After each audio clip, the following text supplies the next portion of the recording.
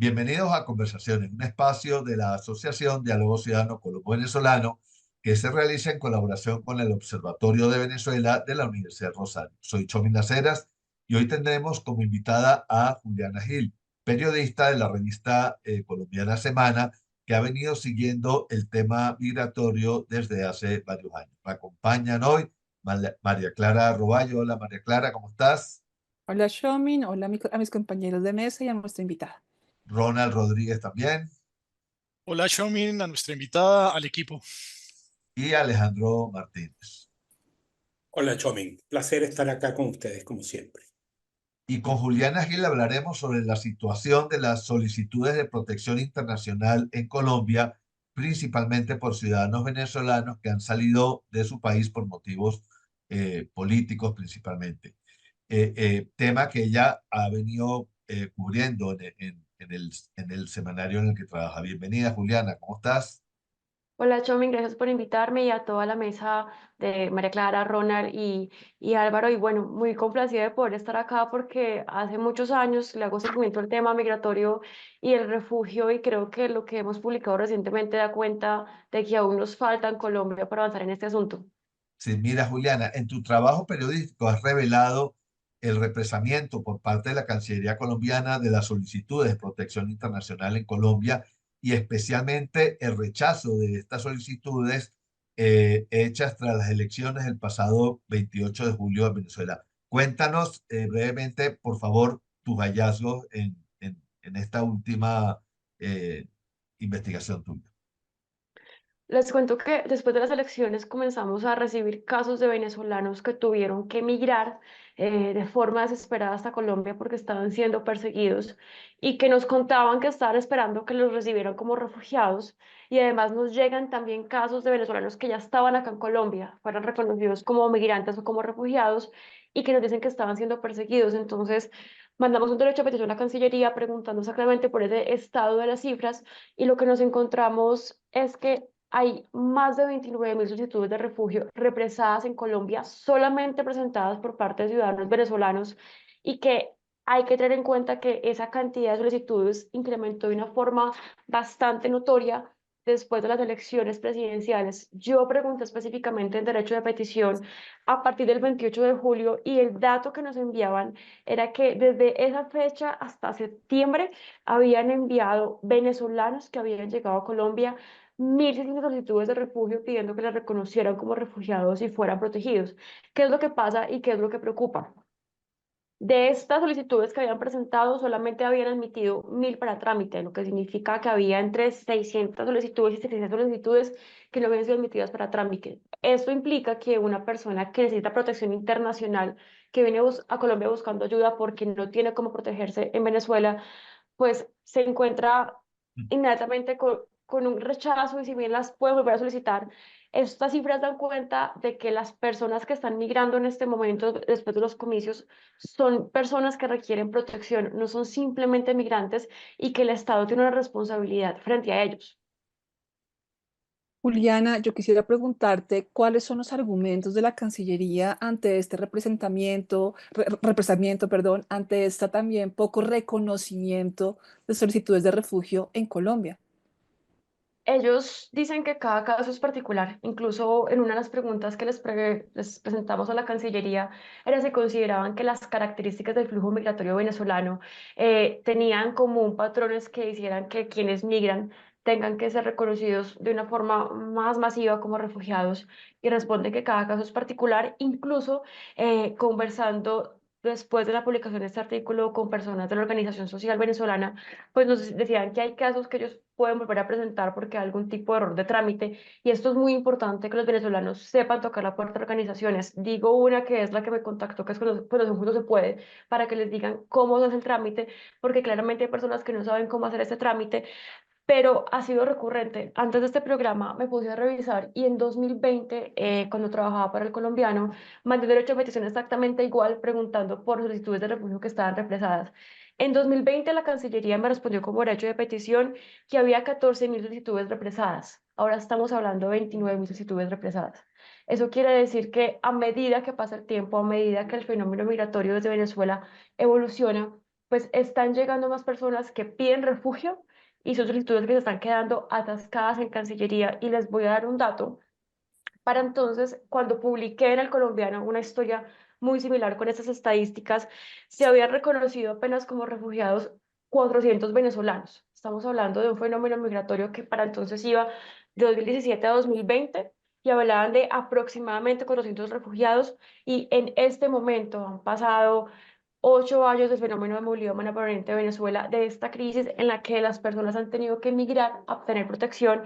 Y el dato que nos entregó la Cancillería con corte a septiembre de personas reconocidas como refugiados es de apenas 1.441 personas, de las que ese censo de personas, solamente 636 son reconocidos como titulares del reconocimiento de estatus de refugiado, y las demás 805 son personas que son beneficiarias del reconocimiento de quien era titular. Esto significa que hemos avanzado poco en el país en términos de reconocer a las personas refugiadas, que cada vez hay miles y miles de trámites más que están pidiendo atención y que son pocos los que han tenido la oportunidad.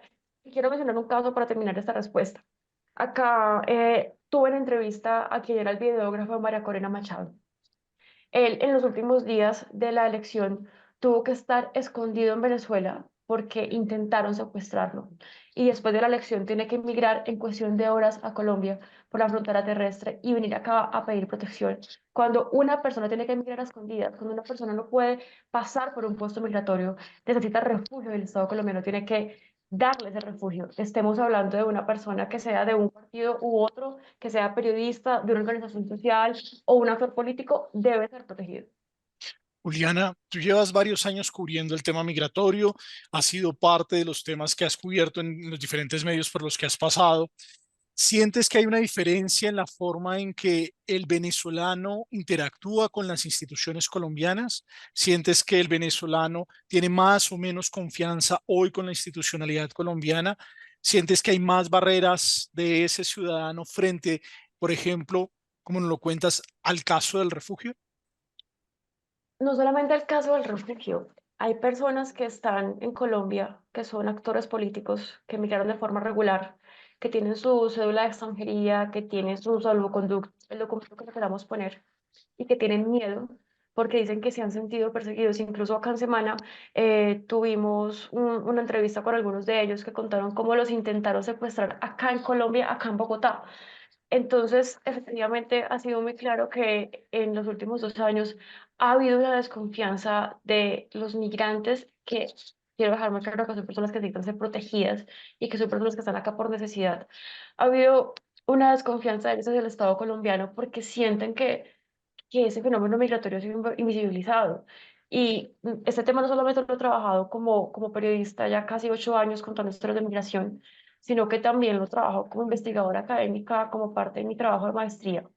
Y efectivamente ha cambiado mucho la relación entre el venezolano con la institucionalidad colombiana.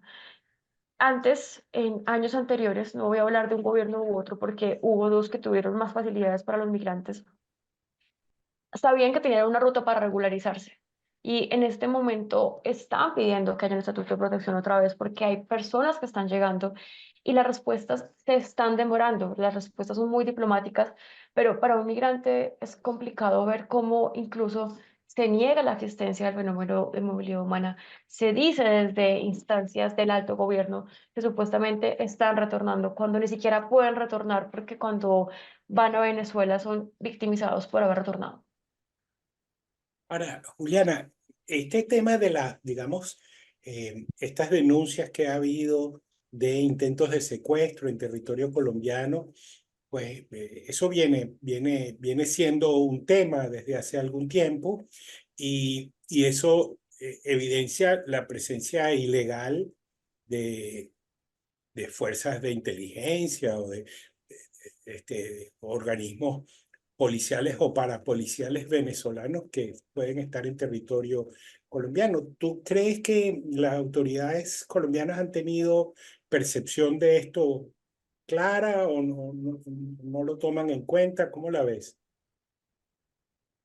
Parte de la información que solicitamos fue justamente preguntar si habían recibido algún tipo de requerimiento de información sobre ciudadanos en particular. venezolanos que estuvieran acá. Lo que nos respondieron es que no lo habían recibido. Lo cierto es que hablando cuando uno conversa off the record, fuera de micrófonos, con personas migrantes venezolanas que están acá en Colombia, nos contaban algunas incluso que habían perdido la confianza a su esquema de protección justamente por estar vinculado a un gobierno que ha sido cercano políticamente al gobierno que los expulsó. No me atrevo a decir si el gobierno actual sabe o no sabe, o conoce o desconoce, o se hace uno de la vista gorda, pero lo cierto es que han sucedido cosas muy extrañas en Colombia y en otros países. No lo quiero poner solamente por el caso nuestro. Un venezolano falleció en Chile de una forma extraña. Quien era su compañero, otra persona que había estado perseguida por el mismo caso y que también había huido, fue la persona que yo les cuento que acá en Colombia lo intentaron secuestrar en un barrio al sur de Bogotá y tuvo que esconderse en un caño y tuvo que mudarse de casa porque en el lugar en el que estaba viviendo lo detectaron y llegaron en una camioneta sujetos vestidos de oscuro que querían sacarlo de su casa. O sea, este tipo de cosas no son normales. No hay pruebas de que haya anuencia de algún actor oficial, pero lo cierto es que sí hay unos indicios de una especie de inteligencia, de una especie de vigilancia que se hace sobre determinadas personas que viven acá en Colombia buscando protección y que han estado pensando en irse tocando puertas a las embajadas porque sienten que acá no son protegidos. Juliana, ¿a qué atribuyes que Colombia y otros países latinoamericanos también no se hayan mostrado más proclives a otorgar la figura de refugio, a pesar de que Colombia es signataria de la Convención sobre el Estatuto de los Refugiados de 1951 y de la Declaración de Cartagena de 1984? Eso es un punto muy importante cuando uno investiga estos temas y los analiza, porque efectivamente siempre hablamos de refugio, hablamos de migración y de fronteras abiertas, pero cuando nos llegó una migración que aparentemente nos desbordaba como países latinoamericanos, comenzamos a preocuparnos sobre cómo abordar la migración. Creo que hay un punto ahí, es que primero siempre fuimos países expulsores, y no lo quiero poner solamente por el caso de Colombia, todos los latinoamericanos hemos sido países que hemos enviado a nuestra gente a Estados Unidos, a Europa, pero nos encontramos desde 2015 a la fecha con el caso venezolano, porque no es el único caso, también está el caso centroamericano, o está el caso de personas de Haití o de ciudadanos africanos. Nos encontramos con que nos convertimos en el destino de esa migración, que es una migración sur con características específicas, que tiene condiciones culturales, sociales parecidas a las nuestras, y el Estado tuvo que habituarse a ser un Estado receptor. O sea, si uno hace la revisión de las circulares, resoluciones, decretos que han sido publicadas de 2015 a 2024, aunque más que todo hasta 2022, cuando se acaba el gobierno de Iván Duque, se cuentan por decenas. Porque si bien habíamos dicho que sí podíamos recibir la migración, si bien nos habíamos suscrito a la Convención de Cartagena, si bien habíamos hecho declaraciones políticas para ser países amigos de los migrantes, cuando nos llega el momento de la migración venezolana, como Estados latinoamericanos, muchos se dan cuenta de que no tenían cómo responder. De hecho, si nos vamos un poco más atrás, unos 4 años atrás, Colombia fue el estado más amigable con la migración venezolana, por encima de Perú, por encima de Ecuador, por encima de Chile, porque acá sí hubo una voluntad política, a mi parecer una voluntad política desde el punto de vista humanitario, pero también motivada por la diferencia en términos ideológicos con Venezuela para recibir a esas personas. Entonces, claro, firmamos, pero cuando lo firmamos hace 40 años, los estados de la región no éramos conscientes de lo que podía implicar esto y, como les digo, éramos estados expulsores de migrantes y no receptores de migrantes. Y a eso tal vez quisiera sumar que recordemos que a finales de 2022, Laura Gil, cuando era viceministra de Asuntos Multilaterales, en una de las primeras reuniones del Pacto de Los Ángeles, dijo o comprometió a la Cancillería colombiana de que se iba a aplicar la Declaración de Cartagena, que efectivamente tiene una mirada mucho más amplia de reconocimiento de refugio y que permitiría incluso un reconocimiento prima facie. Sin embargo, pues ante investigaciones como estas que adelanta la periodista Juliana Gil, pues vemos que la situación es muy contraria a lo que se hubiera esperado luego de ese anuncio que se hizo por parte de Cancillería hace un poco más de 2 años. Yo quisiera preguntarte, Juliana, ¿cuáles son los riesgos por los que está pasando ahora un solicitante de reconocimiento de refugio en Colombia mientras espera esos 3 o 4 años de respuesta por parte del Estado? Justamente quería apuntar este tema y es la demora. O sea, cuando una persona decide emigrar y no quiere ser reconocida como refugiado, puede tramitar su documento de identidad y trabajar, pero cuando una persona quiere que se le reconozca su derecho a ser reconocido como refugiado, recibe un salvoconducto que le impide trabajar. Entonces, ese, a mi parecer, es el primer riesgo que desencadena varios riesgos más, porque no pueden acceder a su derecho al trabajo formal. Si tú no puedes acceder a tu derecho al trabajo formal, no tienes derecho a la salud, no tienes derecho a un sistema de pensiones, no tienes derecho a estar cobijado por todo un sistema de seguridad social, no tienes derecho a tener una caja de compensación que te dé beneficios para tu familia. Eso es muy importante cuando estamos hablando de personas que posiblemente vendrán a Colombia a ganar un salario mínimo o dos, pero no un salario muy alto. Entonces, desde esa brecha, esa puerta que se cierra para acceder al mercado laboral, hay un montón de riesgos más que están asumiendo.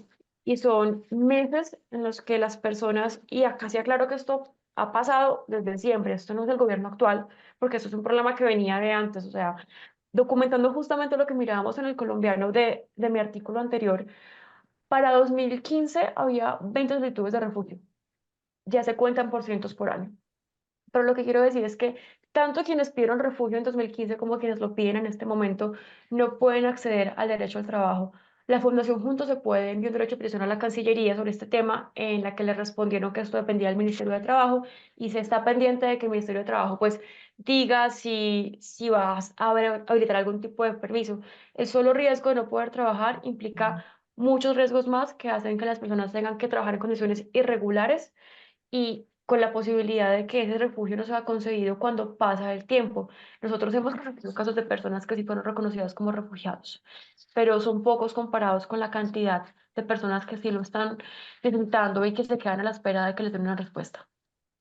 Ahora, Juliana, esto tiene, como tú lo señalas, dos lados. Tiene, por una parte, lo que vive el aspirante a refugio, pero también para Colombia, el no incorporar a estas personas en la vida económica, no es solo el derecho, digamos, el acceso a la salud, etcétera, sino también que genera un problema social, un contingente humano que no tiene, que no está legal, que no, es decir, que no puede trabajar legalmente, genera una tendencia a mercados eh, opacos, ese lado de la inconveniencia de tener ese grupo de gente tan importante en esas condiciones. ¿Tú crees que lo siente el Estado colombiano por lo que tú has visto? Acusan esa preocupación. En años anteriores, el Estado sí lo reconoció y sí fue consciente de eso, porque es que si lo queremos ver incluso en términos de seguridad, si lo queremos ver en términos utilitarios, a los gobiernos, sea el gobierno que sea, le conviene saber quién está en su territorio para que entre al mercado laboral, para que pague impuestos. La migración tiene una incidencia muy importante en el consumo de los hogares. A los gobiernos, sea el que sea, le conviene, así sea por términos económicos o porque quiere saber quién reside en su territorio. Mm, Creo que ha sido difícil en la actualidad, en los 2 años que hemos pasado, que se tenga esa conciencia, pero hay que tener claro algo y es que cuando se regulariza, cuando se acepta el estatuto de protección, cuando se reconoce una persona como refugiado porque tuvo que huir de su país, gana la persona que es reconocida de esta forma, gana el migrante regular, pero también gana mucho el gobierno que los reconoce, el Estado que los reconoce, las empresas que van a ser posiblemente las que se beneficien de ese conocimiento, de esa mano de obra, la persona que está migrando. Entonces, no sé si el Estado, si el gobierno actual, si en el momento en el que estamos hay conciencia de eso, pero lo que sí tengo claro es que siempre va a convenir la regularización, es más importante para facilitar una integración y una inclusión en el país que recibe y que seguirá recibiendo, porque es que esto no es un problema de 1 año o de 2 años, ha quedado demostrado que es un problema que persiste y que se va a incrementar a medida que no haya un cambio político en Venezuela, y no solamente cambio político, sino un gobierno y un restablecimiento de todo el Estado venezolano que va a implicar años más. Esto no se resuelve con que Maduro se vaya del poder. Sí, Juliana, ¿tú has notado alguna diferencia? Ya sabemos que ha habido, digamos, posiciones políticas diferentes entre el gobierno anterior de Iván Duque y el actual de Petro hacia el tema migratorio. Actualmente, pues el tema migratorio no es efectivamente prioritario. Pero tú en el tema de refugio has logrado ver alguna diferencia entre ambos, sobre el tema de la protección internacional, me refiero. Tal vez en lo que tiene que ver con lo discursivo, en el gobierno anterior se reconoció más que había personas que necesitaban protección. Pero creo que independientemente del presidente que pongamos en la Casa de Nariño, en la historia reciente del país, no ha habido un reconocimiento importante de la necesidad del refugio, porque lo que se hizo en el gobierno anterior fue de una forma muy positiva coger un estatuto para regularizar a las personas, pero muchas de esas personas que terminaron como beneficiarios de estatuto podían ser refugiados, pero era más sencillo hacer el trámite de estatuto o de tener un PEP que buscar el refugio. Entonces creo que en general el Estado colombiano desde hace muchos años no ha sido un Estado proclive a dar refugio. Bueno, muchísimas gracias, Juliana Gil, por acompañarnos en el día de hoy. Los esperamos la próxima semana en una nueva emisión de Conversaciones de la Asociación Diálogo Ciudadano Colombo-Venezolano. Pueden seguirnos también por nuestras redes, así como las del Observatorio de Venezuela de la Universidad de Rosario y en el portal de lasillavacía.com. Hasta luego, Juliana. Muchas gracias por la invitación y la idea es que sigamos hablando de migración.